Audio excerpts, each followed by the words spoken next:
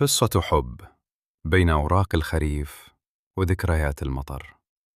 في أحد أحياء المدينة القديمة، حيث تصطف الأشجار على جانبي الطرقات وكأنها تحفظ أسرار الزمن، كانت تعيش ليلى، فتاة هادئة القلب، تحب القراءة والمشي تحت المطر. كانت تعمل في مكتبة صغيرة مليئة بالكتب القديمة التي تشبه روحها، مكتبة عتيقة تحمل رائحة الورق والحنين. في يوم خريفي ممطر، دخل إلى المكتبة شاب يدعى عمر، ذو عيون سوداء لامعة وابتسامة هادئة، يبحث عن كتاب قديم عن الشعر العربي. التقت أعينهما صدفة، وكأن الزمن توقف للحظة. ابتسمت ليلى وقالت بصوت خافت: هل تبحث عن شيء محدد؟ أجاب عمر بابتسامة: أبحث عن كتاب يذكرني بمن أحب. بدأت بينهما محادثات قصيرة حول الكتب، الشعر، والأشياء الصغيرة التي تجعل الحياة أجمل.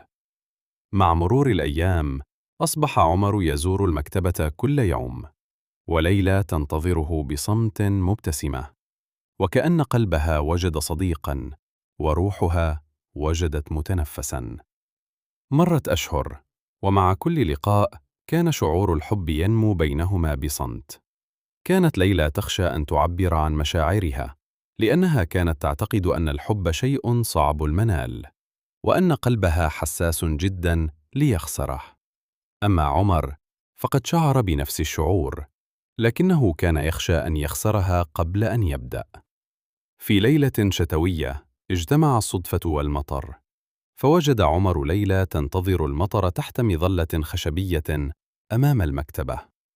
تقدم إليها وقال: ليلى، لم أستطع أن أحتفظ بهذا أكثر من ذلك، أنا أحبك.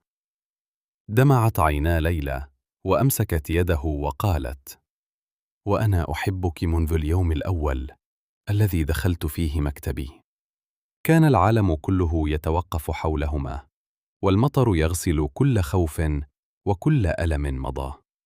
مرت السنوات وتزوجا، لكن قصة حبهما لم تنتهي عند الزواج.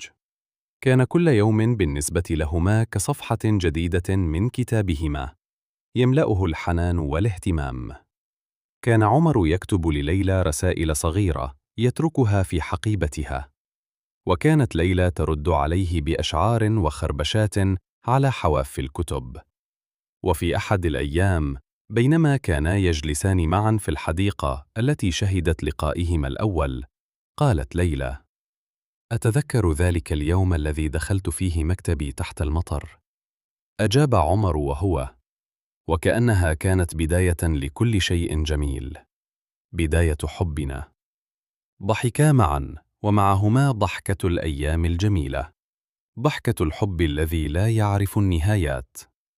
وعلى الرغم من كل تحديات الحياة، ظل حبهما صادقا، كالمطر الذي لا يتوقف، وكالكتب القديمة التي تحفظ أسرار الزمن. حبهما أصبح أسطورة صغيرة في قلب المدينة، يرويها الناس لكل من يؤمن بالحب الحقيقي.